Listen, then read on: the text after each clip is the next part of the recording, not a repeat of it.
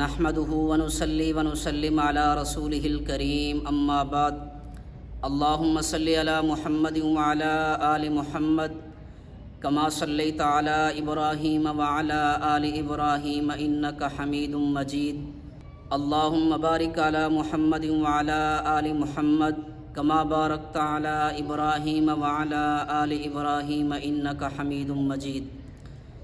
بھوک کے پیاس کے خطرات سے ڈر جاتا ہے، بھوک کے پیاس کے خطرات سے ڈر جاتا ہے، مار کے اپنے ہی بچوں کو وہ مر جاتا ہے۔ ہر طرف اس کی ہی محنت کے مظاہر ہیں مگر ہر طرف اس کی ہی محنت کے مظاہر ہیں مگر بھوک کے ہاتھ سے مزدور بکھر جاتا ہے۔ ہماری آج کی نشست کا عنوان ہے سیرت النبی صلی اللہ علیہ وسلم اور مزدوروں کے حقوق۔ اس حوالے سے 2-3 اصولی باتیں عرض کرنا چاہوں گا۔ پہلی بات یہ ہے کہ مزدور کسے کہتے ہیں۔ شاہ ولی اللہ رحمۃ اللہ علیہ کہتے ہیں کہ ہم آپس میں جو اشیاء اور صلاحیتوں کا تبادلہ کرتے ہیں تو ہمارا نظام چلتا ہے۔ کوئی آدمی اپنی ساری ضروریات خود پوری نہیں کر سکتا، کوئی ضرورت کوئی دوسرا بندہ پوری کرتا ہے، دوسری ضرورت کوئی اور پوری کرتا ہے۔ قرآن کریم کے مطابق اللہ پاک نے یہ دنیا کا نظام ایک دوسرے کی بقا پر رکھا ہے، ایک دوسرے کے تعاون پر رکھا ہے۔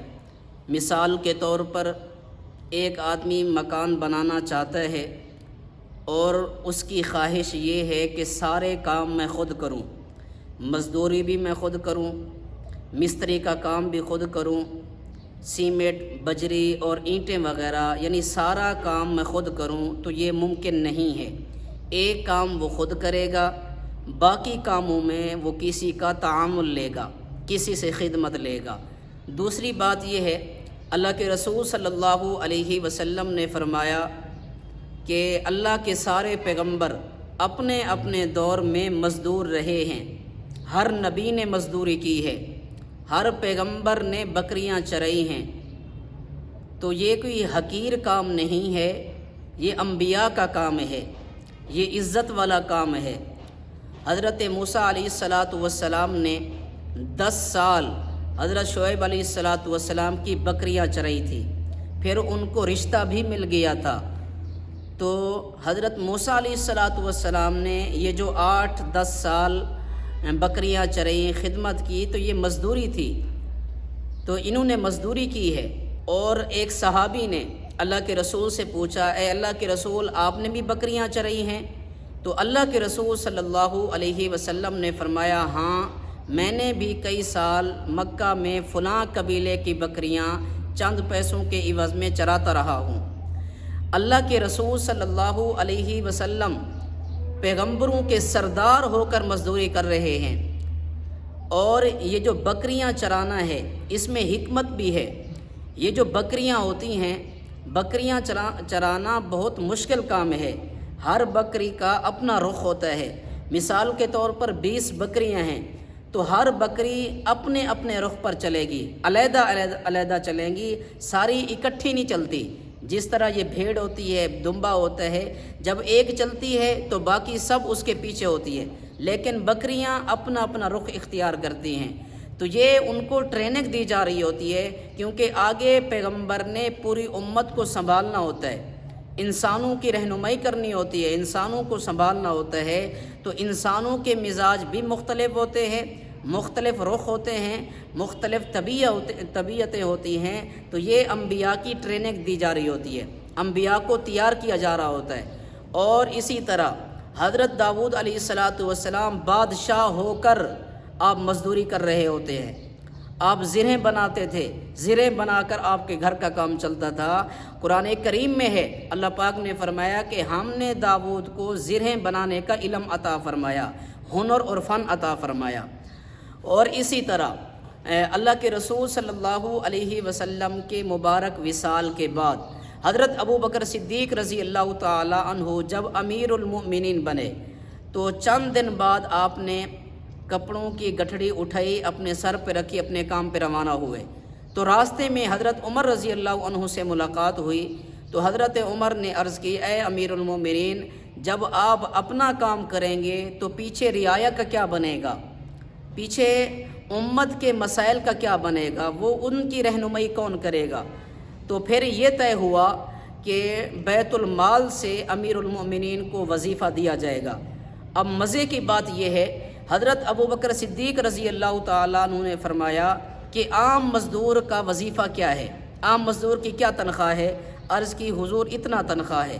تو حضرت ابوبکر صدیق نے فرمایا کہ میرا وظیفہ بھی عام مزدور کے وظیفے کے برابر ہو۔ تو عرض کیا گیا حضور کیسے گزارا ہوگا؟ تو حضرت ابوبکر صدیق نے فرمایا جس طرح عام مزدور کا گزارا ہو جاتا ہے، اگر عام مزدور کا گزارا نہیں ہوگا تو میں ان کا وظیفہ بڑھا دوں گا، میں ان کی تنخواہ بڑھا دوں گا۔ اور اسی طرح ہندوستان کے مغل بادشاہوں میں سے ایک بڑے بادشاہ گزرے ہیں اورنگزیب، اس نے 50 سال حکومت کی ہے۔ ہندوستان، پاکستان، بنگلہ دیش، برما، افغانستان اور چین کا مغربی حصہ یہ بھی ان کے زیر نگین تھا۔ یہ بادشاہ ہو کر دو کام کرتے تھے، نمبر 1 قرآن کریم لکھتے تھے، پھر اس کا عوض لیتے تھے، نمبر 2 ٹوپیاں بنا کر ان کو بیچتے تھے۔ بادشاہ ہو کر یہ کام کرتے تھے، تو یہ مزدوری کوئی حقیر پیشہ نہیں، یہ انبیاء کا کام ہے، یہ بادشاہوں کا کام ہے، یہ خلفاء کا کام ہے۔ تیسری بات یہ ہے کہ مزدور کا حق کیا ہے؟ مزدور کا پہلا حق یہ ہے کہ آپ نے اس کے ساتھ جو کچھ طے کیا ہے اس کو وقت پر ادا کرو، بر وقت اس کو ادا کرو۔ اس پر ٹال مٹول کرنا یہ ظلم و زیادتی ہے، اور پیسے لے کر کام پورا نہ کرنا یہ اس کی طرف سے ظلم ہے۔ اللہ کے رسول صلی اللہ علیہ وسلم نے فرمایا کہ مزدور کی مزدوری اس کے پسینہ خشک ہونے سے پہلے ادا کرو۔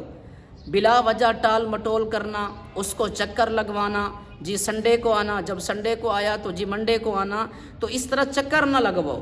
جو آپ نے اس کے ساتھ طے کیا ہے، جو وقت بتایا ہے، اس پر ادا کرو۔ چوتھی بات یہ ہے کہ اللہ کے رسول صلی اللہ علیہ وسلم نے فرمایا کہ مزدور سے کام لو، لیکن اس پر ظلم و زیادتی، اس پر سختی نہ کرو۔ ایک مرتبہ ایک آدمی نے باندی کی غلطی پر اس کو تھپڑ مار دیا تھا، تو اللہ کے رسول صلی اللہ علیہ وسلم نے سخت ناراضگی کا اظہار فرمایا۔ حضرت ابو ذر غفاری، حضرت عبداللہ بن عمر رضی اللہ تعالی عنہما کا یہ معمول تھا کہ جیسا لباس، جیسے کپڑے خود پہنتے تھے ویسے ہی اپنے نوکروں کو پہناتے تھے۔ کسی نے حضرت ابو ذر غفاری رضی اللہ عنہ سے عرض کی کہ آپ تو بہت عمدہ لباس پہنتے ہیں، اچھا لباس پہنتے ہیں، اور اپنے خادموں کو بھی ویسا پہناتے ہیں، ان کو تھوڑا ہلکا پھلکا پہنا دیا کرو، گزارا ہو جائے گا۔ تو حضرت ابو ذر غفاری رضی اللہ عنہ نے فرمایا کہ ہمارے نبی نے ہمیں یہ تعلیم دی ہے کہ جو آپ کے ماتحت ہوتے ہیں، خادم، نوکر، جیسا خود کھاتے ہو ویسا ان کو پیش کرو، جیسا خود پیتے ہو ویسا ان کو پیش کرو، جیسے خود پہنتے ہو ویسے ان کو بھی پہناؤ، اور ان کے ذمے کام ان کی حیثیت کے مطابق لگاؤ، ان کی طاقت سے زیادہ کام نہ لگاؤ۔ اگر آپ نے ایسا کام ان کے ذمے لگایا جو ان کی صلاحیت سے زیادہ ہے، اس کی طاقت سے زیادہ ہے، تو ایسے کام میں اس کے معاون بن جاؤ، اس کا تعاون کرو، اس کے کام میں شریک ہو جاؤ۔